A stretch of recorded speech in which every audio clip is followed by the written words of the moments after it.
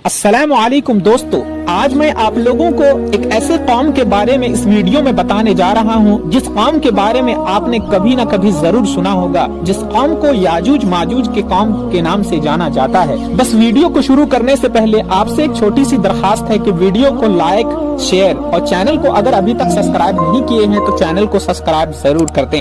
जज़ाकुमुल्लाहु खैरा। दोस्तों, आपको ये बात जाननी होगी कि याजूज माजूज किस नबी के कौम से और नस्ल से आते हैं। याजूज माजूज हजरत नूह अलैहिस्सलाम के तीसरे बेटे याफस की औलाद में से है। ये इंसानी नस्ल के दो बड़े वहशी कबीला गुजर चुके हैं जो अपने इर्द गिर्द रहने वालों पर बहुत जुल्म और ज्यादतियां करते थे और इंसानी बस्तियां तक बर्बाद कर देते थे। कुरान मजीद की आयत तौरात के मुताबिक और तारीखी किताबों से ये बात मालूम होती है कि याजूज माजूज के लोग ये शुमाली मशरिक एशिया में जिंदगी बसर करते थे और अपने वहशियाने हमलों के नतीजे में एशिया के जुनूबी और मगरबी इलाकों में मुसीबत बर्पा करते थे। बाज तारीख दानों ने उनके रिहायशी इलाके को मॉस्को और तूबल सेक के आसपास बतलाया है। बाज का ख्याल ये है कि याजूज माजूज के शहर तिब्बत और चीन से बहर मुंजमिद शुमाली तक और मगरिब में तुर्किस्तान तक फैले हुए थे। दुलकरनैन के जमाने में याजूज माजूज के हमला वबाल जान बन गए थे कि रोकथाम के लिए दुलकरनैन ने पहाड़ों के माबैन ऊंची और मजबूत दीवार तामीर फरमाई।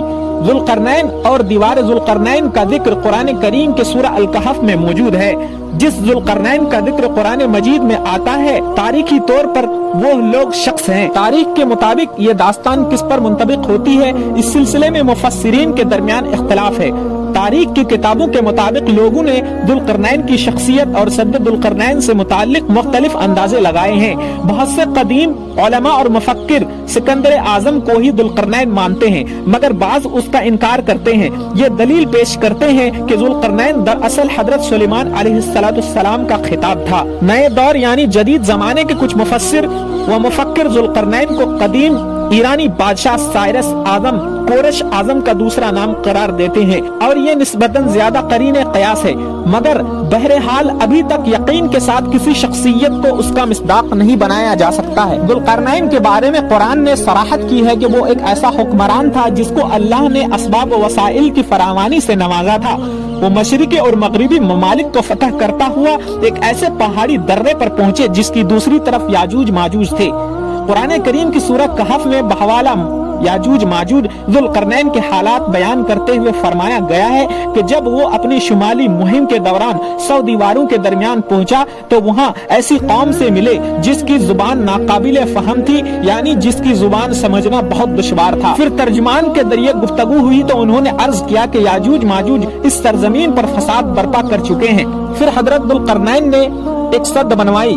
किस तरह दुलकरनैन ने इस कौम को याजूज माजूज की यलगार से बचाने के लिए दीवार बनाई, और जो दीवार बनाई गई वो दीवार कोई ख्याली नहीं बल्कि हकीकी है और हिस्सी है, जो कि लोहे और पिघले हुए तांबे से बनाई गई थी, जिससे वक्ती तौर पर याजूज माजूज का फितना दब गया था। जब ये दीवार तामीर हो गई तो दुलकरनैन ने अल्लाह का शुक्र अदा किया। ये दीवार बनाने और लोगों को आए दिन की परेशानी से नजात दिलाने की तौफीक बख्शी, मगर साथ ही लोगों को ये बता दिया कि ये दीवार अगरचे बहुत मजबूत है और मुस्तहकम है, मगर ये लाजवाल नहीं है, यानी ये हमेशा रहने वाली नहीं है। जो चीज होती है आखिरकार वो फना हो जाती है, और जब मेरे रब के वादे का वक्त करीब आएगा तो वो उसको पैवंद खाक कर यानी बर्बाद कर देगा, और मेरे रब का वादा बरहक है, सच्चा है। दुलकरनैन आज कहाँ वाक़ है, इस बात पे बगौर समात फरमाएं दोस्तों। तो इसमें भी इख्तलाफ है, क्योंकि आज तक ऐसी 5 दीवारें मालूम हो चुकी है जो मुख्तलिफ बादशाहों ने मुख्तलिफ इलाकों में जंगजू कौमों से बचाने के लिए बनवाई थी।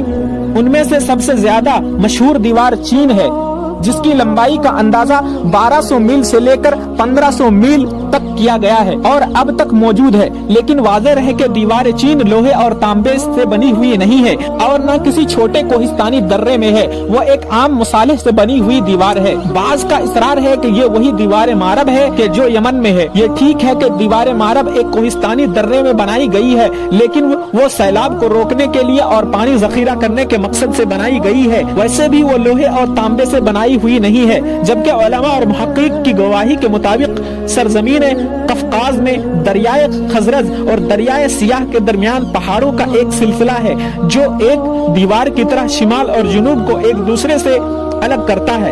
اس میں ایک ایسی دیوار ہے، اس میں ایک دیوار کی طرح کا درہ بھی موجود ہے جو مشہور درہ داریال ہے۔ یہاں اب تک ایک قدیم تاریخی لوہے کی دیوار نظر آئی ہے۔ اسی بنا پر بہت سے لوگوں کا نظریہ یہ ہے کہ دیوار ذوالقرنین یہی ہے، اگرچہ سد ذوالقرنین بڑی مضبوط بنائی گئی ہے جس کے اوپر چڑھ کر یا اس میں سوراخ کر کے یاجوج ماجوج کا اس دنیا میں آنا ممکن نہیں ہے، لیکن جب اللہ کا وعدہ پورا ہوگا تو اسے ریزہ ریزہ کر کے سرزمین کے برابر کر دے گا۔ اس وعدے سے مراد قیامت کے قریب یاجوج ماجوج کا ظہور ہونا ہے۔ صحیح بخاری میں یہ حدیث موجود ہے۔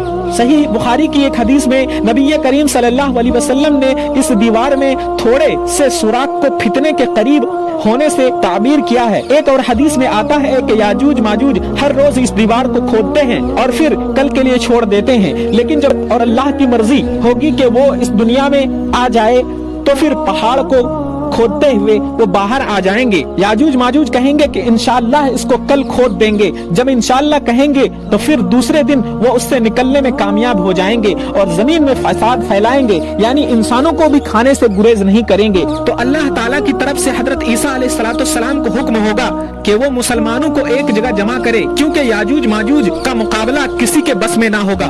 حضرت عیسیٰ اور ان کے ساتھی اس وقت ایسی جگہ کھڑے ہوں گے جہاں غذا کی سخت قلت ہوگی۔ پھر لوگوں کی درخواست پر حضرت عیسیٰ علیہ السلام یاجوج ماجوج کے لیے بددعا فرمائیں گے، بس اللہ تبارک و تعالی ان کی گردنوں اور کانوں میں کیڑا پیدا کر دے گا جو بعد میں پھوڑا بن جائے گا، جس کے پھٹنے سے یہ ہلاک ہونا شروع ہو جائیں گے اور سب یاجوج ماجوج کے لوگ مر جائیں گے۔ ان کی لاشوں سے ایک بالش زمین بھی خالی نہ ہوگی، ہر طرف ان کی لاشوں کی گندگی اور بو پھیل جائے گی۔ پھر عیسیٰ ابن مریم دعا کریں گے تو اللہ عز و جل اونٹ کی گردن کے برابر پرندے بھیجیں گے جو ان کی لاشوں کو اٹھا کر کہیں دور جا کر پھینک آئیں گے۔ پھر ایک بارش ہوگی جس سے ساری زمین صاف و شفاف ہو جائے گی اور ہر طرف ہریالی اور خوشحالی ہوگی۔ صحیح مسلم میں نواس بن سمعان کی روایت میں صراحت کے ساتھ یاجوج ماجوج کا ظہور حضرت عیسیٰ علیہ السلام کے نزول کے بعد ان کی موجودگی میں ہوگا، جس سے مفسرین کی تردید ہو جاتی ہے جو کہتے ہیں کہ تاتاریوں کا مسلمان پر حملہ یا منگول ترک جن میں سے چنگیز بھی تھا، پارسی اور چینی قومیں یہی یاجوج ماجوج ہیں جن کا ظہور ہو چکا ہے۔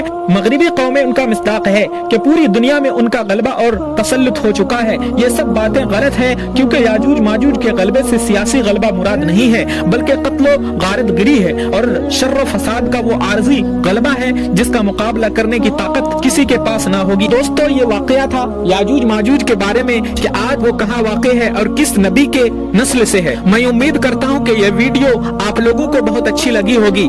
دوستو، پھر کسی دن ایک ایسی ہی انٹرسٹنگ ایپیسوڈ کے ساتھ حاضر ہوں گے۔ تب تک کے لیے آپ لوگ سے ایک چھوٹی سی درخواست ہے کہ ویڈیو کو لائک، شیئر اور چینل کو سبسکرائب ضرور کر دیں اور آپ اپنا اور اپنوں کا خیال ضرور رکھیں۔ السلام علیکم ورحمۃ اللہ وبرکاتہ۔